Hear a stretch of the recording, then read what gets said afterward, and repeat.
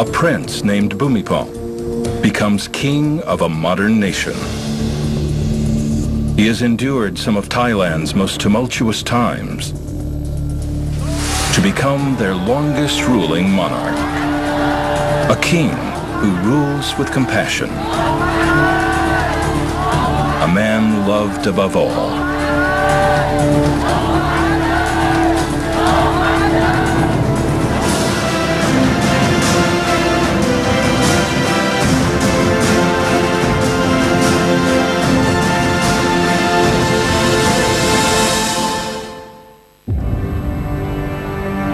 In 1992, Thailand is caught in one of its worst political demonstrations in almost 20 years.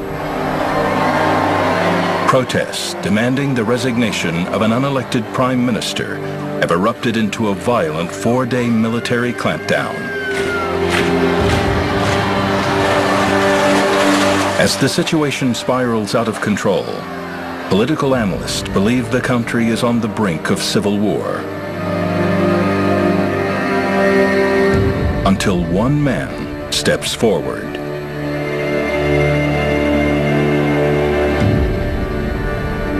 In one of the country's most dramatic televised scenes, King Bhumibol, the King of Thailand, is seen reprimanding Prime Minister Suchenda and the leader of the protests, John Long.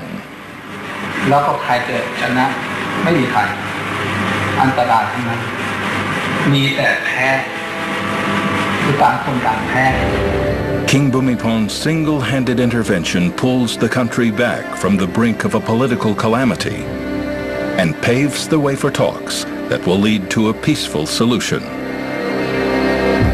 Although the Thai king holds no political power, his status among his people has been described as almost godlike.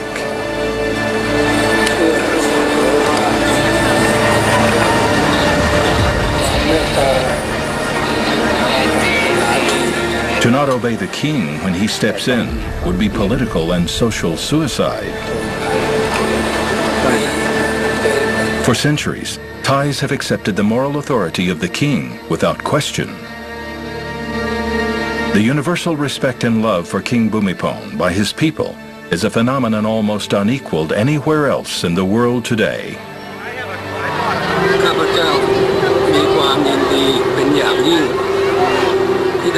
But who is this man they know as king, currently the longest reigning monarch in the world?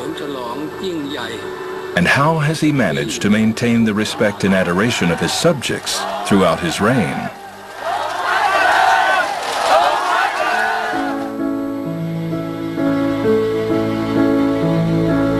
Prince Bhumibol was born on 5th December 1927 in Cambridge, Massachusetts, in the United States. His father was Prince Bhumibol Adulyadej and his mother, Mong Songwan. In an almost prophetic manner, King Prajadipak, Prince Mahidorn's half-brother, names the newborn prince Bhumibol, the great strength of the land. As Siam opens up to Western technology and ideas, Prince Bhumibol's father, 24-year-old Prince Mahidorn, is sent abroad to study medicine in the United States.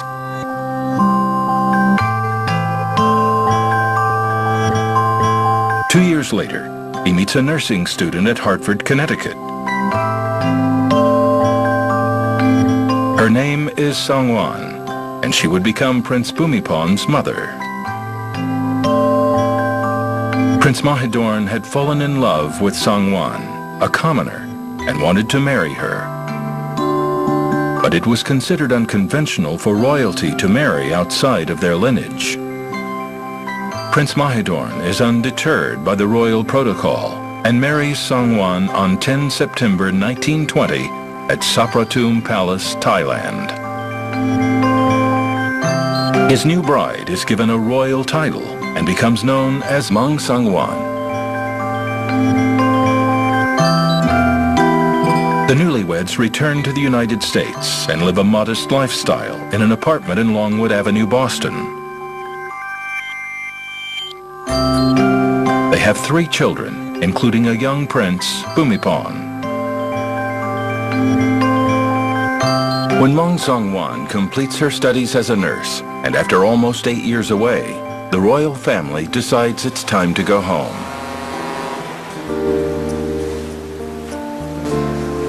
In 1928, they moved back to live at Sapratum Palace with Prince Bhumibol's grandmother, Queen Sawang Vatana.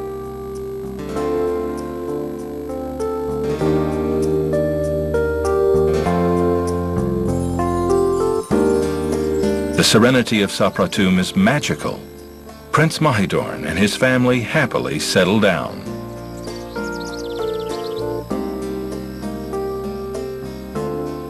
However, their joy is short-lived. The hardworking prince is diagnosed with a disease of the kidneys and starts to become frail. Then, on 24th September 1929, Prince Mahidorn tragically passes away. Young Prince Bhumibol is barely 2 years old. It's a huge blow to Mong Song-wan, who becomes a widow at not even 29. And although the challenges seem overwhelming, she is determined to become a loving and nurturing mother to her three, raising them by herself.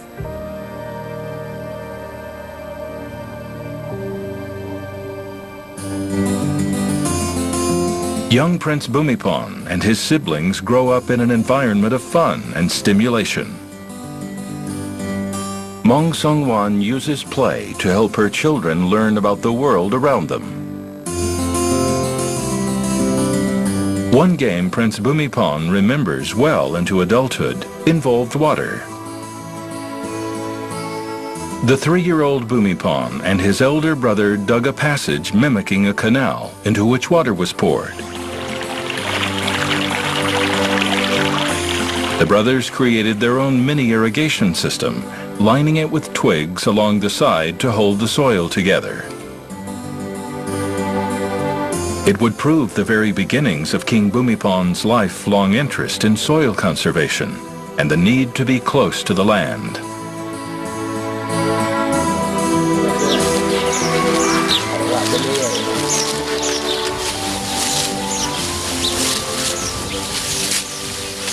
คงเน้นเรื่องการใช้ดินน้ำลมไฟและใช้ดินน้ำลมไฟเพื่ออะไรเพื่อประโยชน์ของตัวของประชาชนเองและประโยชน์แรกนั้นคือเรื่องอาหาร As Prince Bhumibol spends his carefree childhood playing and experimenting within the protected walls of Sapratum, outside the palace gates, Siam is undergoing a dramatic transformation. On June 24, 1932, a bloodless coup ends 150 years of absolute monarchic rule under the royal house of Chakri. Siam now adopts a constitutional monarchy, with the king remaining as head of state. Mong Song-wan wants to move her children away from the political upheavals in Siam, and she decides that Lausanne would be the perfect refuge. Switzerland would become a safe haven for the young royals, and they would spend most of their childhood away from Thailand. Prince Ananda, Prince Bhumibol's elder brother, was particularly fond of Switzerland. As his older sister, Princess Galiani, later observed, it was a democratic state which knew no monarchic rule, making them commoners like everyone else.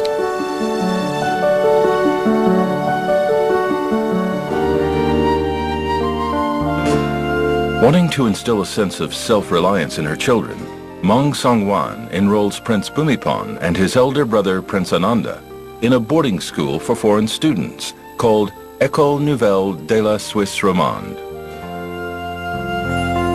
They study liberal arts, and Prince Bhumibol took French, German, and English lessons. Although the royal family are far away in peaceful Switzerland, the tides of change back home in Siam would soon reach their shores.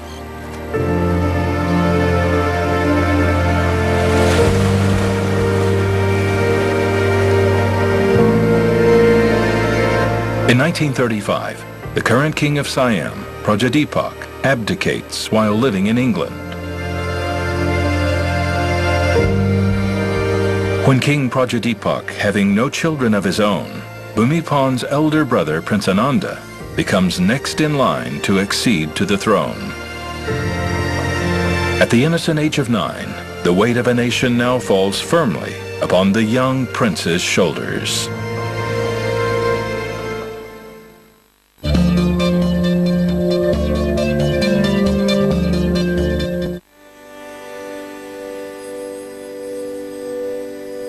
At the age of 9, Prince Ananda becomes King of Siam.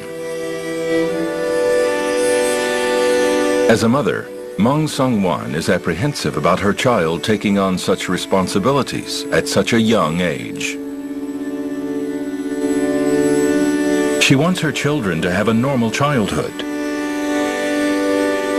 She doesn't want her young children to be taken out of school and requests to continue living in Switzerland. The government agrees that the young royals can remain in Europe for the time being. Even though her son is now a ruling monarch, Maung Song-wan continues to impart life values to her young children from the Switzerland setting. She sees to it that the new King Ananda and his siblings are not exempt from carrying out simple housekeeping chores like tidying their bedrooms and sweeping up the house.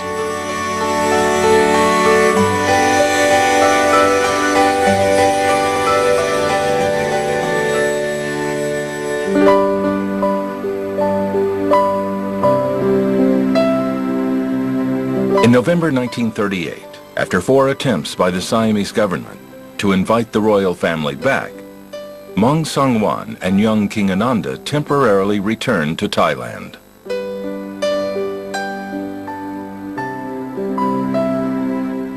It's a joyous occasion, and people from all over the country turn up to welcome their new king.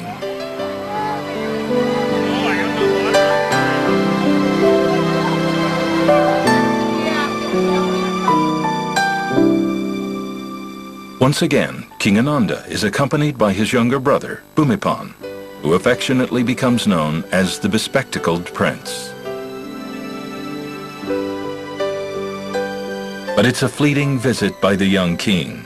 After 2 months, he goes back to Lausanne to continue his studies. Within a year of arriving on European soil, World War II breaks out.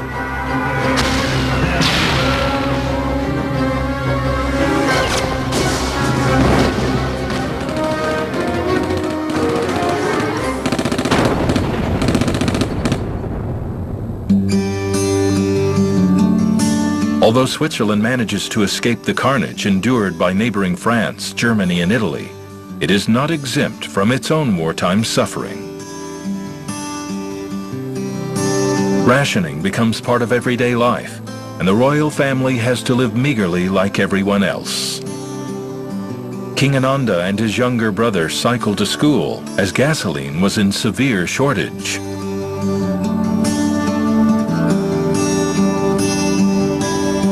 Growing up, the king has an extremely deep bond with his younger brother Bhumibol, his closest companion. Going almost everywhere together, the best buddies feel almost inseparable. They share passions in almost everything, from modeling ships to building their own toys. By the time Prince Bhumibol was 8, he had already developed a love for construction. He was inspired by an old Buddhist script, Gate Ramate. Those who delights themselves make their own things.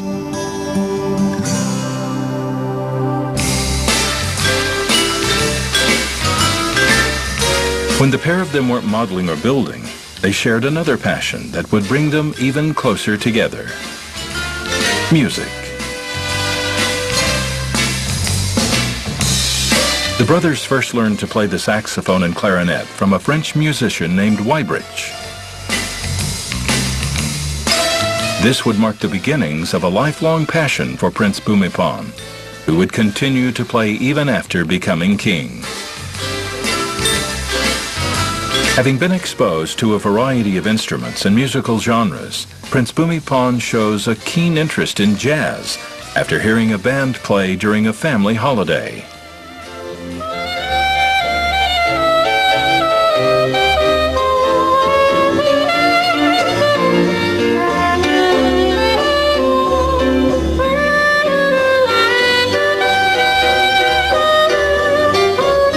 As his appreciation for jazz deepens, Prince Bhumibol starts collecting jazz records. Mong Sang-wan, meanwhile, sees to it that Prince Bhumibol has to dig into his own pockets to pay for his musical meanderings. She does not want her children to be spoiled. To this day, music remains a big part of King Bhumibol's life. And he once said, "Jazz or no jazz, music is a part of me." His love for music soon moves from playing to composition, and at the age of 18, King Bhumibol composes his first jazz song, Candlelight Blues.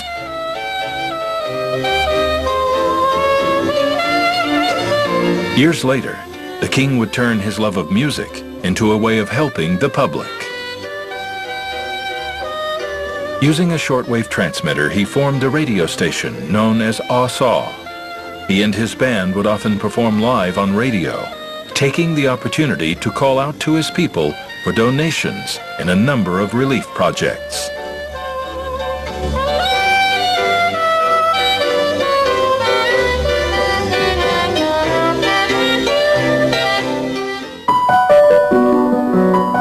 In 1945, following the end of World War II, King Ananda makes another trip home. His brother, Prince Bhumibol, accompanies him as usual. Although Thailand has been spared the worst of the war in Asia, relationships have grown tense between Thailand's Chinese and Thai population, following the government's decision to allow Japan to use their country as a stepping stone to get to Malaysia and ultimately Singapore. The Chinese, among the most heavily persecuted race during World War II, consider the Thais collaborators of the Japanese. Despite the potential dangers, King Ananda and Bhumibol visit Samping district, home to the Chinese in Bangkok.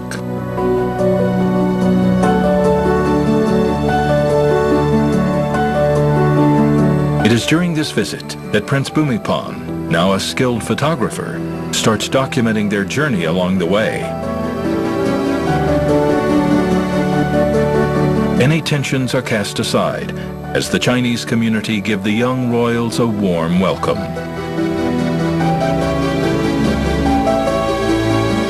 But despite the welcome, political turmoil continues to threaten the monarchy in the coming months. And joy soon turns to tragedy.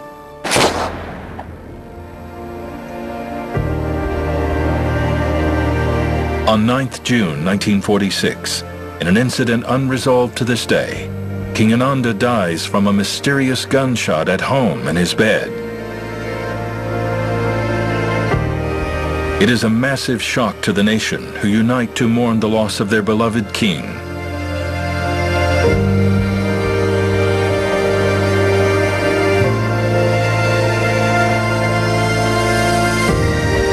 The country has lost a king, but Prince Bhumibol has lost his best friend and beloved brother.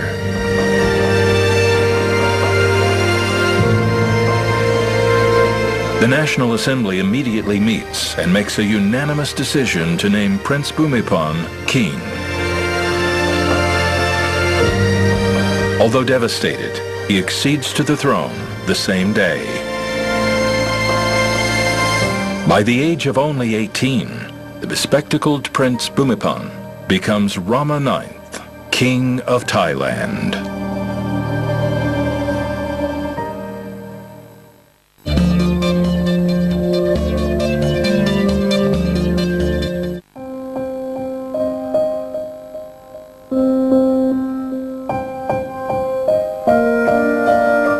On 18th August 1946, newly appointed King Bhumibol pays his last respects to his late brother, who died mysteriously from a gunshot in his own home. Still in mourning, however, King Bhumibol has to return to Switzerland to continue his studies. He feels torn at the thought of abandoning his people at such a critical time, but promises he will return.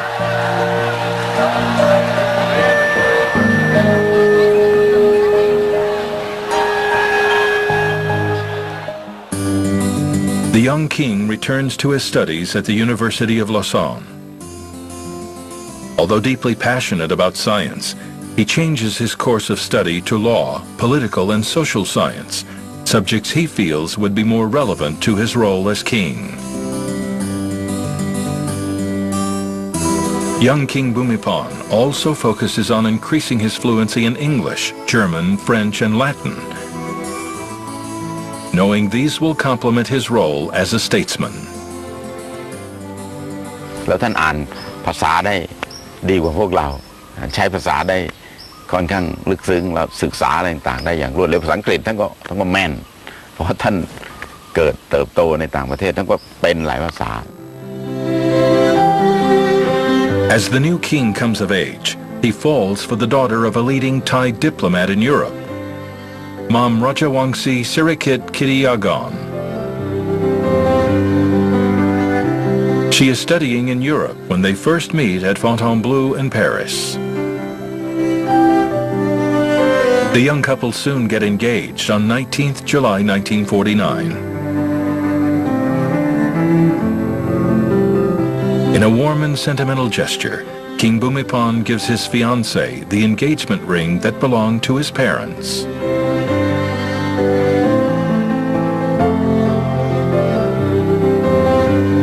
The much-anticipated royal wedding finally takes place on 28th April 1950 at Srapatum Palace, Bangkok. The couple sign the marriage register without listing their occupations and pay a 10 baht registration fee.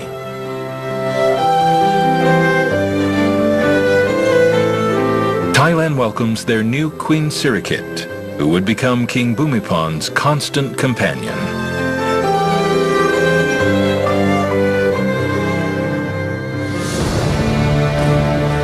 May 1950, a week later after his marriage, King Bhumibol is coronated according to the traditions of the Grand Palace.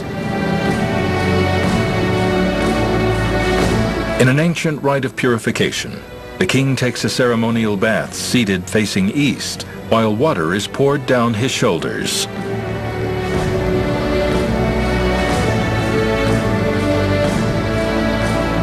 For the first time, the king wears the symbolic Great Crown of Victory, weighing a hefty 7.3 kilograms, studded with diamonds and jewels. The Queen is elevated to the title of Royal Consort to Her Majesty Queen Sirikit. In the last of the ceremonies, the King is carried in his royal seat to the Temple of the Emerald Buddha, where senior monks wait to offer prayers.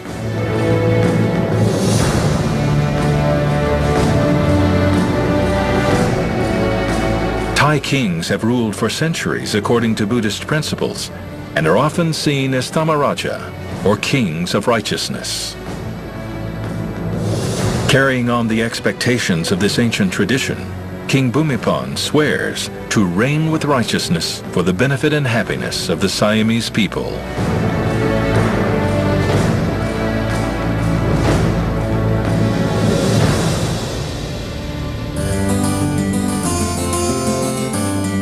To fulfill his promise to the people, King Bhumibol settles permanently in Thailand after the birth of his first daughter, Ubenrat, in 1951. The royal family would be completed with the birth of another son, Prince Rachi Ralangon, and two more daughters, Princess Sirirat and Chulaporn.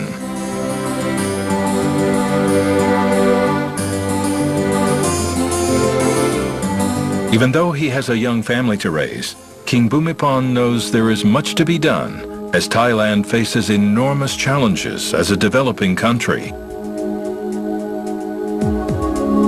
It is the 1950s, and Thailand is recovering from the devastation of World War II. People have fled their homes. Bombs have destroyed schools. The education system is in disarray. Most Thais do not even complete 4 years at school. A keen believer in lifelong learning, King Bhumibol knows that recovery and development of his country depends very much on the quality of education. He sees that the most disadvantaged communities in far-flung places have the least access to education.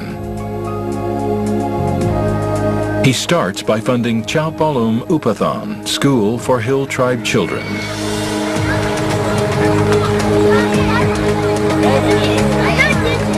And in 1976, he establishes the Pradabut Foundation for students who have dropped out of the formal education system due to poverty.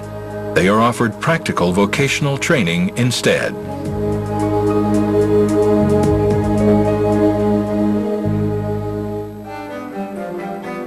Although the King's Foundation attracts students and funding, one challenge remains. Teachers are hard to come by in rural areas, and this hampers the quality of education in these locations. In 1995, King Bhumibol comes up with a solution using communication technology to bridge the gap. He starts the concept of distance learning and broadcasts lessons from Glaikhon Wong School Studio in southern Thailand on 15 different channels. But education is only one of the problems Thailand faces. King Bhumibol is actually aware that malnutrition lies behind many of the country's health problems. He knows that Thais need an affordable source of protein to alleviate the problem. King Bhumibol believes the answer lies in fish breeding. Although fish is a good source of protein, Thai rivers have seen fish numbers dwindling over the years, and Thai fishermen are not used to breeding them. King Bhumibol experiments by turning his palace swimming pool at Chitlada Villa into a breeding ground for plamotet, a type of tilapia. Later, the king breeds another type of fish, given by the Japanese emperor called planin, or tilapia niclotica, and the fingerlings are distributed to the public to breed for consumption. The king doesn't limit his experiments to fish breeding. Keen to initiate projects to help his people become self-reliant, he transforms the grounds of his royal palace into a test lab for many of his development projects.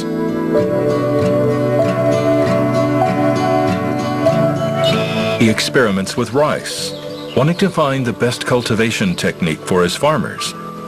King Bhumibol tests different strains of rice from all over Thailand.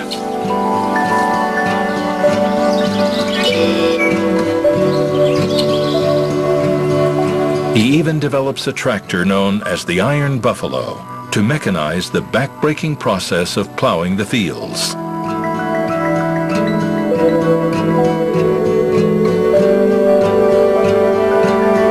These cultivation methods, however, do not solve all the farmers' problems. Floods and droughts are a constant threat to this rice-exporting nation every year, leaving farmers at the mercy of Thailand's erratic weather.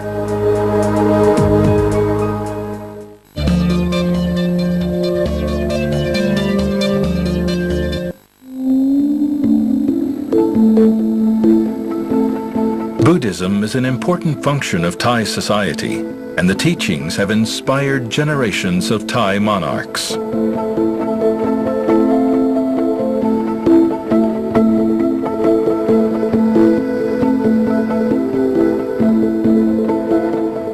In 1956, King Bhumibol performs a rite of passage for Thai men by entering monkhood for 15 days. He is then ordained Bhumipalo Bhikkhu at the Temple of the Emerald Buddha.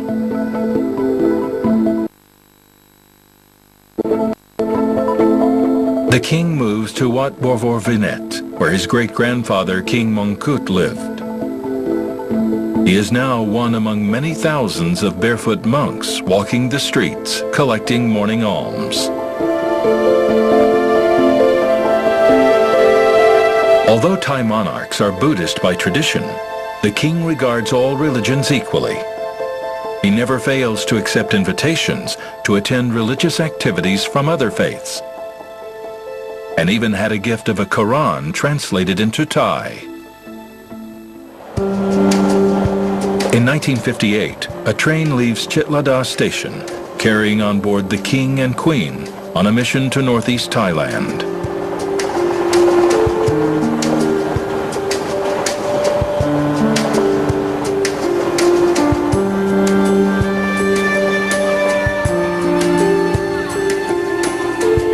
Since the 1950s, King Bhumibol has traveled to the farthest ends of Thailand to understand the living conditions of his people.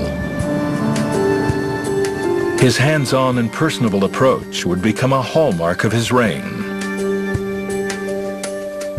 In ancient Siam, commoners were not allowed to gaze at kings, let alone come into close contact with them. But King Bhumibol changed all that and went to great efforts to get closer to his people.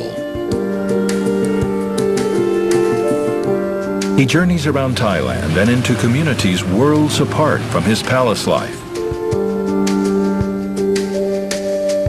He witnesses firsthand the stark reality of underdevelopment in Thailand.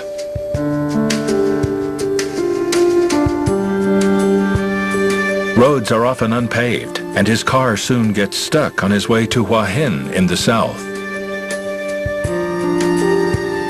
Chatting to the villagers makes him realize the problems of having no proper roads. One of those is that delivery of fresh produce to the local markets is extremely difficult.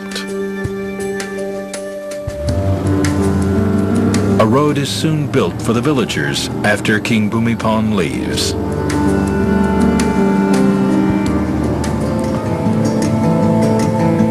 Traveling to northeast Isan, King Bhumibol sees how drought has plagued the province. Insufficient rainfall often limits farmers to only one crop a year. If that crop fails, starvation becomes a real possibility. The king knows that without water, man cannot survive, so his plan is to work on the weather. Rainmaking was novel at the time, but the king and his team decide to experiment with this technique in 1969. With the right humidity, clouds seeded with chemicals can produce rain.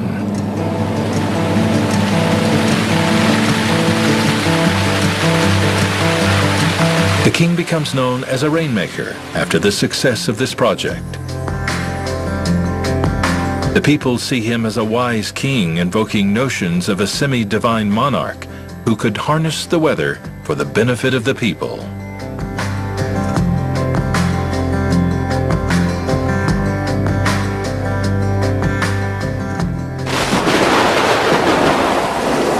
Every year, extreme weather conditions cause enormous hardship in rural Thailand. In 1962, Typhoon Harriet devastates 12 coastal provinces, leaving thousands of people homeless. The king sees the need for immediate relief aid and goes about raising funds.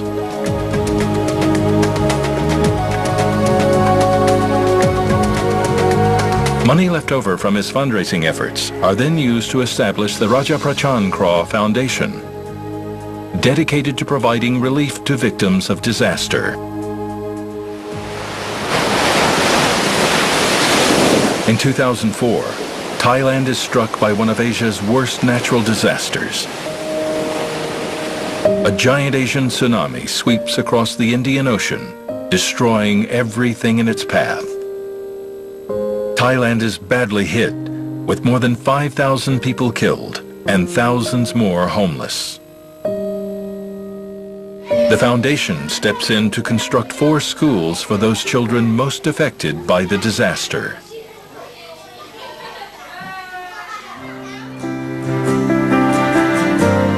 Over the years, the number of projects initiated by King Bhumibol has kept growing. So much so that the Chaipatana Foundation was established in 1988 to help implement his initiatives. อาวุธนั้นคือการพัฒนาพระองค์ท่านถือว่าเป็นอาวุธสำคัญที่ทำให้เกิดความสำเร็จขึ้นและผลของชัยชนะนั้นไปสู่ที่ใครความสำเร็จของ 4,000 โครงการที่เกิดความชัยชนะนั้นคือประชาชนคือแผ่นดิน King Bhumibol is often seen with a camera around his neck during his visits around the country. Having developed a love for photography since young, the king documents the landscape as research for his projects. But the king's photographs are also often an expression of the world around him, featuring his love for music and those closest to him.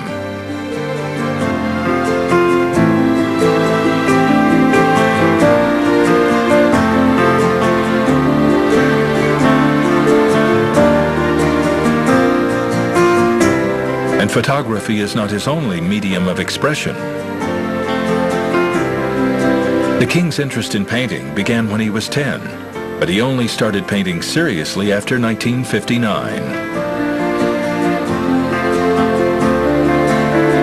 He has completed around 100 paintings in realist and abstract styles, and often feature subjects close to his heart, such as Queen Sirirat.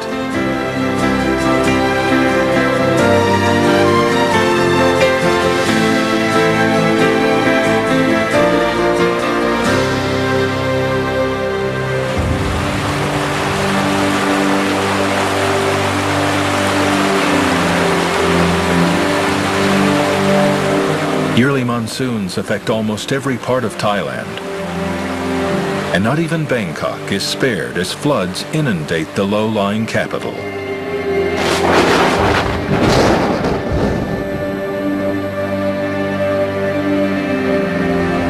Activities grind almost to a halt, and things come to a head on 19th September 1995. Imminent floods once again threaten Bangkok.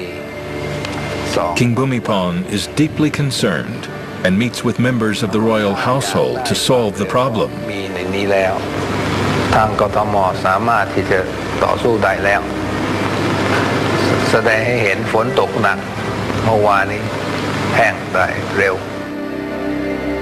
อย่าไปรีรออย่าไปนั่งรอพรุ่งนี้ก็ทำเถิดอะไรเถิดก็โดนดุมาหลายครั้งแล้วนะทันทีน้ำมันกำลังมาต้องไปทันทีไม่จะรอเสาร์อาทิตย์น้ำมันไม่หยุดเสาร์อาทิตย์เราก็เคยโดนมาแล้วต้องเข้าถึงปัญหานะครับทันทีเลยอย่าไปหนีปัญหาเข้าถึงปัญหา King Bhumibol comes up with a solution inspired by a childhood memory. The king kept a monkey when he was young, and he noticed that the monkey could keep an entire bunch of bananas inside its cheek to chew and swallow later.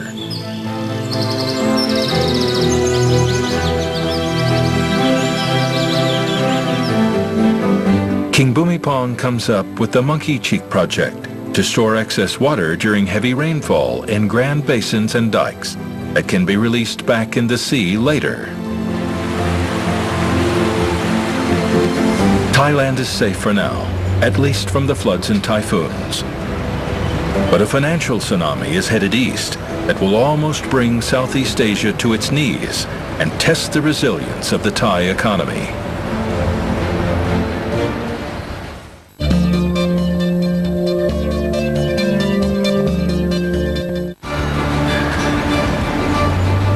(1997). Financial markets slump across Asia. In Thailand, companies become insolvent. The Thai baht can barely stay afloat, its value plummeting to an all-time low. The International Monetary Fund steps in with a bailout. King Bhumibol believes one of the causes behind this financial catastrophe in Thailand is an excess of greed, producing unsustainable runaway economic growth. The king reminds people the importance of self-sufficiency, where each family can produce enough food for themselves and sell off the surplus.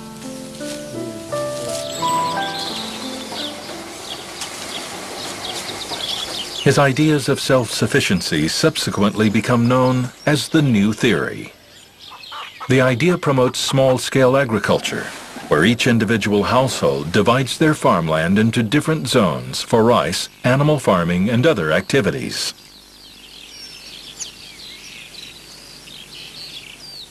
น่ามหัศจรรย์ใจผมได้รับการติดต่อจากต่างประเทศในระดับมหาวิทยาลัยต่างๆเนี่ยนะครับในสหรัฐในอะไรสนใจกันหมดเลยบอกว่าแล้วทุกคนก็พูดเป็นเสียงเดียวหลังจากที่มีการสนทนาชี้แจงแล้วบอกอันนี้คือทางออกของโลก Beginning in the 1970s, conflict in the Middle East causes extreme price fluctuations in oil.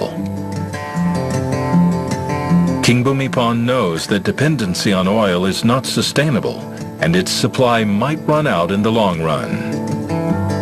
This sparked off the king's interest in developing sustainable energy, and once again, he uses the ground of Chitlada Palace as a test lab. In 1986, ethyl alcohol from plants is successfully developed and used to run vehicles supporting royal projects. The experiment later includes solid alcohol for fuel.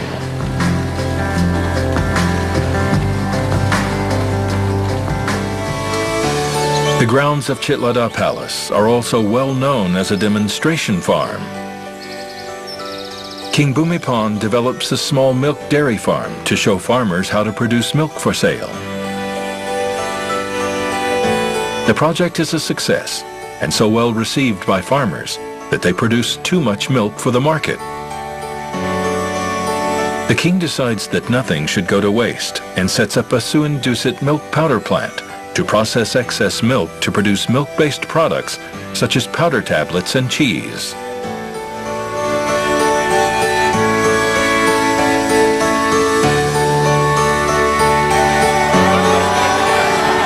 In 2006, King Bhumibol celebrates 60 years on the throne, making him the longest reigning monarch in the world. It is a grand occasion as people turn up in royal colors to commemorate the occasion. Many are moved to tears, simply elated to be in the presence of their beloved king. A report from a magazine once said, in the 1940s, it might have been said that the Thai people respected Bhumibol because he was their king. Now in the 1990s, they respect their king because he is Bhumibol. ข้าพเจ้ามีความยินดีเป็นอย่างยิ่งที่ได้มาอยู่ในท่ามกลางมหาสมาคมพร้อมพรั่งเพื่อบุคคลจากทุกสถาบันในชาติตลอดจนประชาชนชาวไทยขอขอบใจในคำอวยพรและการเฉลิมฉลองยิ่งใหญ่ที่ทุกคนตั้งใจจัดให้ข้าพเจ้าเป็นพิเศษ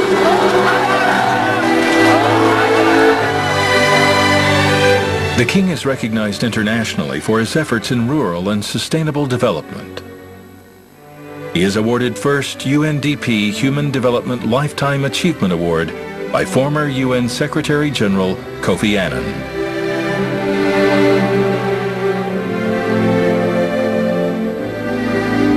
Royals from all over the world converge in Thailand to celebrate this historic occasion. An exquisite banquet is held. Special effort was made to feature handicrafts from royal projects.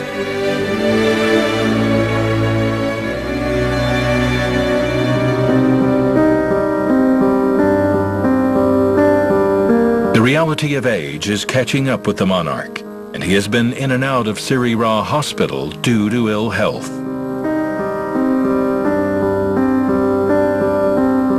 But when he can, King Bhumibol always makes an effort to greet his people.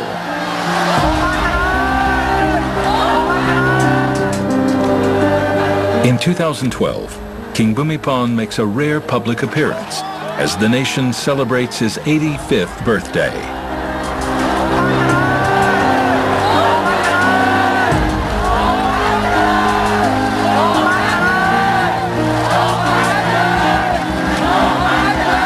No one knows who will succeed the king at this point.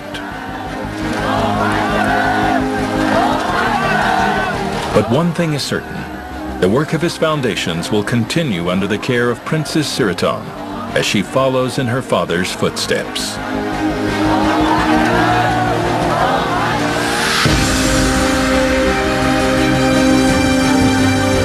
Once the bespectacled prince, now the longest-serving monarch in the world, King Bhumibol has affectionately come to be known as the father of the nation.